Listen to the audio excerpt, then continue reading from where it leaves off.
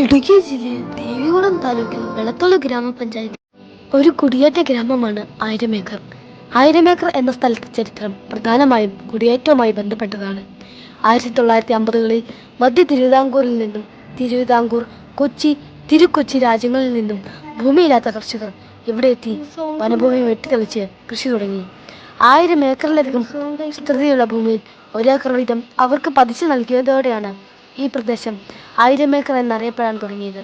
കാർഷിക മേഖലയിലുള്ളവരുടെ കഠിനാധ്വാനമാണ് ഈ പ്രദേശത്തെ ഇന്നത്തെ നിലയിൽ എത്തിച്ചത്. 1000 ഏക്കറിലെ ഒരു വിദ്യാഭ്യാസ സ്ഥാപനമാണ് ഗവൺമെന്റ് ജനത UP സ്കൂൾ. 1954 ഇത് സ്ഥാപിതമായത്.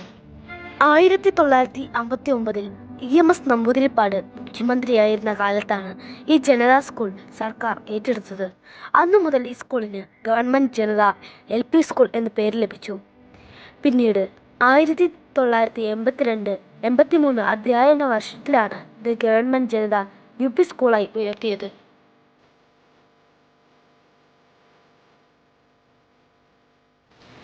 ആയിരമേക്കറിലെ ഒരു പ്രധാന ആരാധനാലയമാണ് സെന്റ് തോമസ് കത്തോലിക്ക പള്ളി. ഈ പള്ളി 1960 കോതമംഗലം രൂപതയുടെ കീഴിൽ സ്ഥാപിക്കപ്പെട്ടു.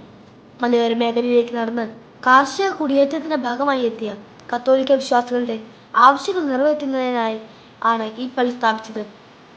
പള്ളി സ്ഥിതി ചെയ്യുന്ന പ്രദേശം പിന്നെ ഇടുക്കി രൂപതയുടെ ഭാഗമായി. ആയിരമേക്കറിലെ മറ്റൊരു സ്ഥാപനമാണ് പനംകുട്ടി കൈത്തറി സഹകരണ സംഘം.